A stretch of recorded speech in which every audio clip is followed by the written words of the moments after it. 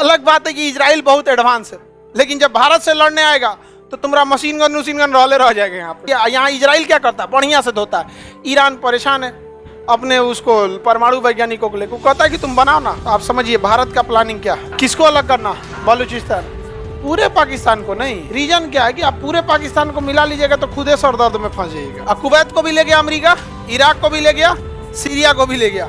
अभी नंबर किसका लगाया है? इजराइल को अगर मिडिल ईस्ट में कोई टक्कर दे सकता है ना तो ईरान और पाकिस्तान, यही दो ठो दे सकते। तुम हमला करोगे तो तुम अपने पैर पे कुल्हाड़ी नहीं मार रहे हो, कुल्हाड़ी पे जाके पैर मार रहे हो। ये कभी पाकिस्तान को मरने नहीं देंगे। आपको हथियार उतना ही देंगे कि आप इन्हें बर्बाद कर सके, कभी वो हथियार नहीं देंगे जो आप इसे हमेशा के लिए मार सके। तो रूस ने कैस्पियन सागर से मिसाइल मारा था, पूरा हथियार का डिपो उड़ गया।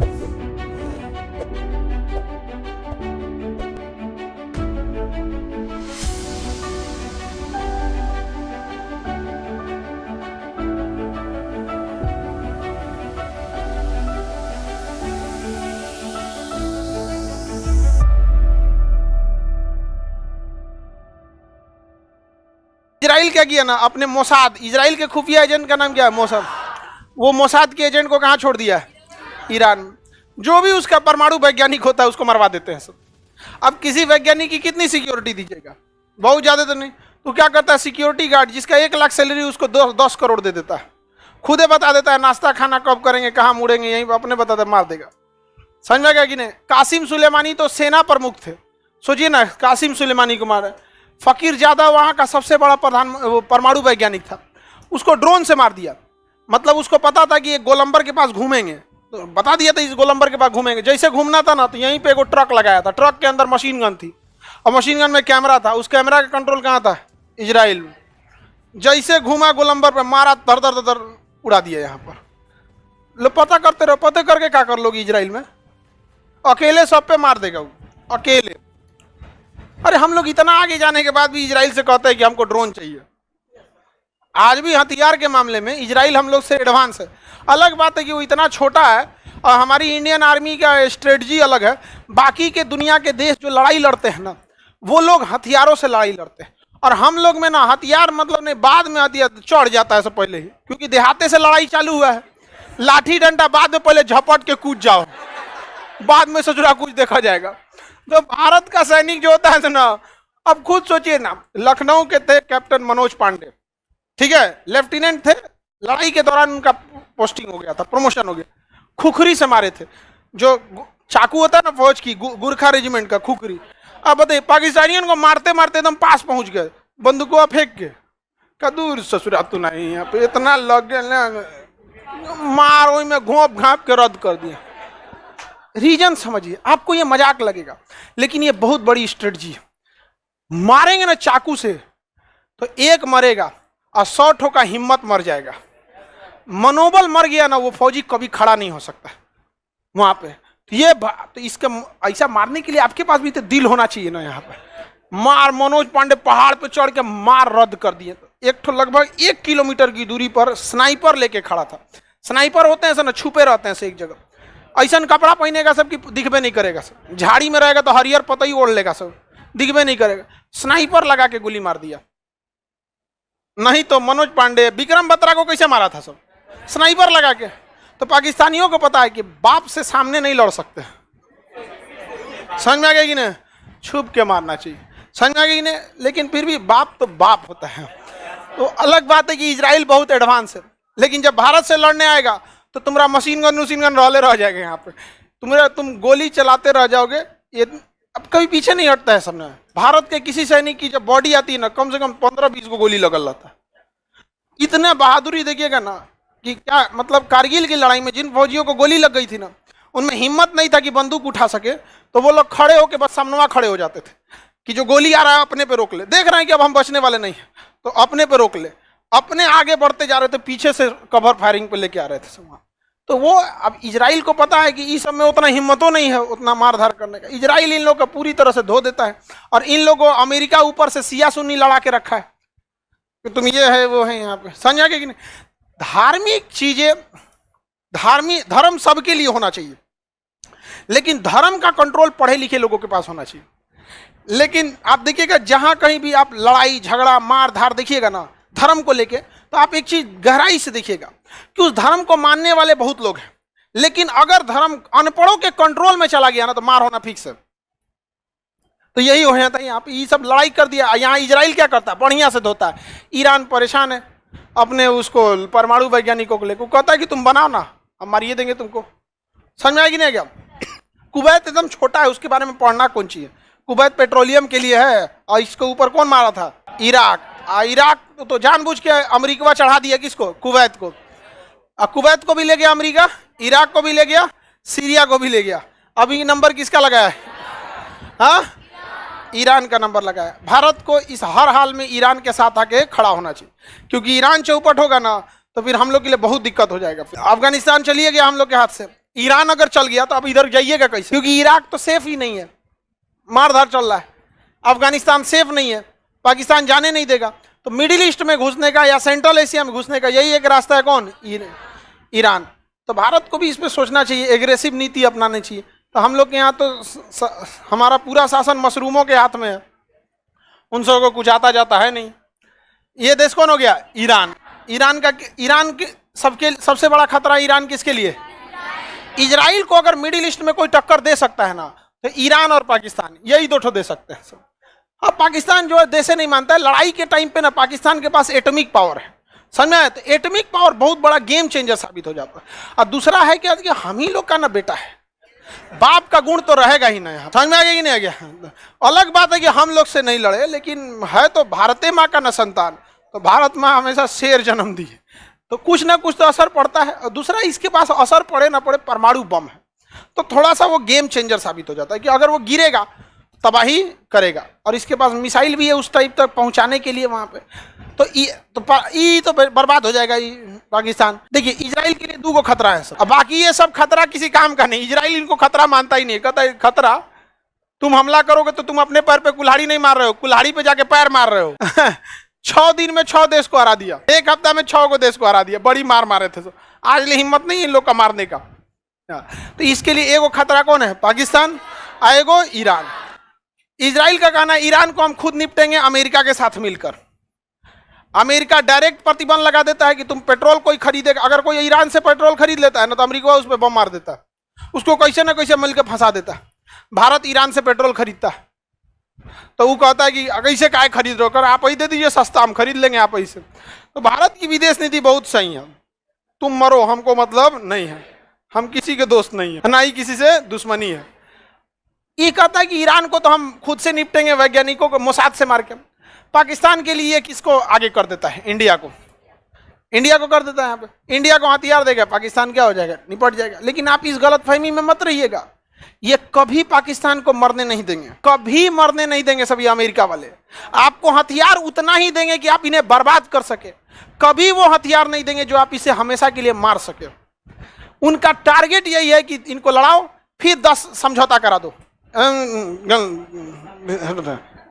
फिर आगे बढ़ो। यहाँ पे 20 साल बाद फिर हथियार लोगा, एकरा एगो बेचेगा राफेल, फ्रांस हम लोग को बेचेगा राफेल, तो अमेरिका बेचेगा F-16, ब्रिटेन बेचेगा जगुआर, तू बेचेगा चिनूक।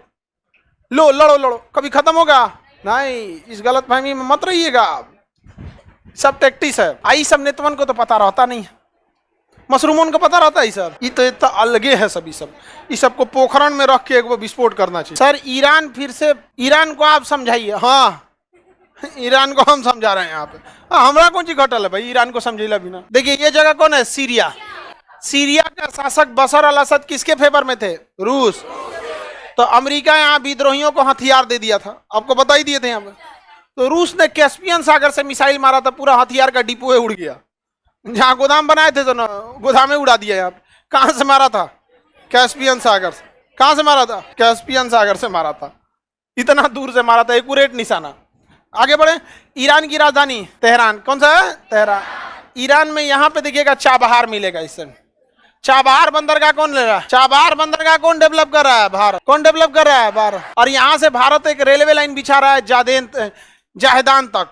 आगे ऊपर एक शहर मिलेगा जहेदान, और ये रेलवे लाइन आगे जाके काबुल तक जाएगी। कहाँ तक जाएगी? कहाँ तक? अफगानिस्तान के काबुल तक। अब समझ में आया हम लोग किसको घेर रहे हैं? दिख रहा है किसको घेर रहे हैं? पाकिस्तान का। लेकिन अफगानिस्तान में तालिबान आ गया, वो कहा कि हम लोग को रेलवे लाइन से क्या मतलब है, ये रेलगाड़ी छुक छुक छुक छुक हम क्या करेंगे, कैंसिल हो गया प्लान है। अब भारत रुक गया, अब ईरान कर रहा है हमारा जहेदान तक बना दो, तो भारत कर रहा है कि भाई हमको वहां बना के क्या करेंगे। तालिबान वालों को इतना दिमाग रहता तो मुर्गा लड़ाता सब। अमेरिका अपना हेलीकॉप्टर छोड़ के गया ना पिछले साल, तो लेके उड़ गया।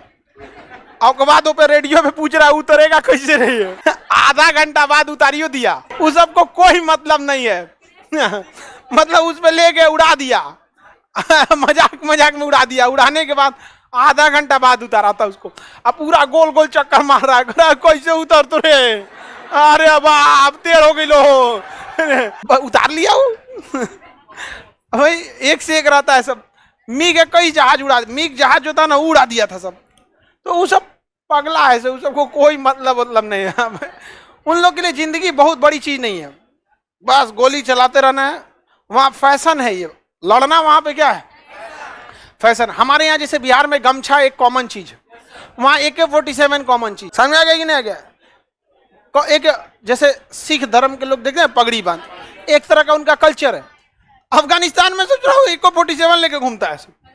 बताइए ये सब कल्चर की चीज है। साउथ में लुंगी पहनना एक कल्चर, वहाँ AK-47 लेके मार रहा है। वहां पर कहाँ लड़िएगा वहां से। अमेरिका 20 साल तक में चल गया, अब पूरा हथियार उथियार अमेरिका का कब्जा कर लिया सब, सारा कब्जा कर लिया सब। ड्रेस तक अमेरिका वालों को नहीं ले जाने दिया, कहा यहीं छोड़ के जाओ। तो अब वहाँ की जो फौज है कहाँ का ड्रेस पहनती है अमेरिका का, यहाँ लिखा US आर्मी उसको फाड़ दिए, वहां अपना चिपका दिया तालिबान। मेरी ओर ध्यान से देखिए आप सब लोग, ये देखिए ये ईरान का शहर आबादान, इराक का शहर अल बसरा, और ये कंप्लीट कुवैत, ये पूरा एरिया ससुरा पेट्रोल से भरा है। कुवैत हम आपको बताए थे इतनी गहराई पे कि पेट्रोल निकालने चालू करेगा ना तो ईरान का और इराक का दोनों डगर के चल आएगा। डगर के ना चलने मतलब एक समझिए, गड्ढा रहेगा तो फ्लो वहीं हो जाएगा, निकालिएगा तो फ्लो आ जाएगा यहाँ पे। तो बताइए ईरान का सबसे बड़ा तेल क्षेत्र आबादान, इराक का सबसे बड़ा अल बसरा। अल बसरा किसके कंट्रोल में, अमेरिका। जितना निकालेगा उसका 50%। अब कितना निकाल रहा है किसी को पता है, और अमेरिका से जाके आप पूछ लीजिएगा, मत पूछो, बहुत बड़का खचरा आदमी है, उसका एक ही इलाज है भारत। सब मिल के उसको बोले, पहले वो सिया सुनी लड़ा के रखा है। समझ में। देखिए हम हमेशा धार्मिक मामलों में हम ज्यादा कुछ नहीं बताना चाहते हैं, नहीं बोलना, लेकिन जब धर्म का नेतृत्व पढ़े लिखे के बाद होगा ना तो आपकी बातों को सुनेगा, और धर्म का नेतृत्व अनपढ़ के हाथ में रहेगा, सुनबे नहीं करेगा, चिल्लाते रहिए सुनबे नहीं करेगा। समझ में आ गया कि नहीं आ गया। अच्छा तो ये है सबके लिए, बट नेतृत्व किसके पास होना चाहिए, पढ़े लिखे। अमेरिका यही हाल किया, यहाँ पे नेतृत्व दे दिया अनपढ़ों के हाथ, पूरा का पूरा नेतृत्व क्या कर दिया। जबकि ईसाइयों को देखिएगा, ईसाई के फादर पोप फ्रांसिस अर्जेंटीना के हैं, केमिकल इंजीनियरिंग से बीटेक किए हुए हैं। भाई केमिकल इंजीनियरिंग बहुत टफ होता है, टफ हो या ना हो, आप इंजीनियरिंग किए हैं तो आपने समाज को देख रखा है, माइंड मेंटेलिटी बड़ा है, 1000 किस्म के लोगों से मिले होंगे। अब आप गाँव में रह जाएंगे तो कितने लोगों से मिलेंगे, नहीं। एक गांव के आदमी को आप 10 दिन तक एयरपोर्ट घुमा दीजिए, कुछ मत कीजिए, मुंबई एयरपोर्ट से बैठा के दिल्ली, दिल्ली से जयपुर, जयपुर से कलकत्ता, या 10 दिन घूमने के बाद ना उसको एयरपोर्ट पे एक कॉन्फिडेंस अलग ही आ जाएगा, उसको एक कॉन्फिडेंस आ जाता है। तो इधर जितना ज्यादा आप ट्रांजिट करिएगा एक जगह से दूसरे, आपके अंदर कॉन्फिडेंस, एजुकेशन सब आ जाता है। जरूरी नहीं कि किताबी नॉलेज हो, कहाँ कैसे बिहेव करना है, कहाँ चुप रहना है, कहाँ क्या नहीं बोलना।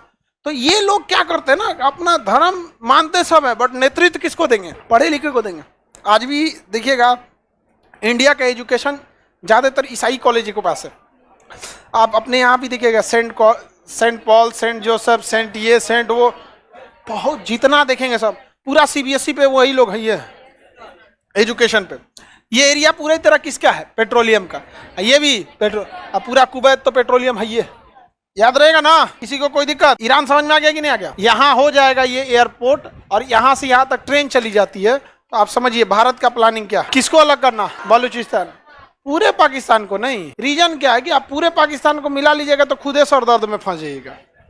अभी तो उधरे बम फोड़ता है सब, घूम घूम फोड़ने लगेगा सब, जहां तहाँ। यहाँ एडमिशनों ले गया लाहौर से आके, वहाँ अंदर जाके फट जाएगा कहीं नहीं जाएगा।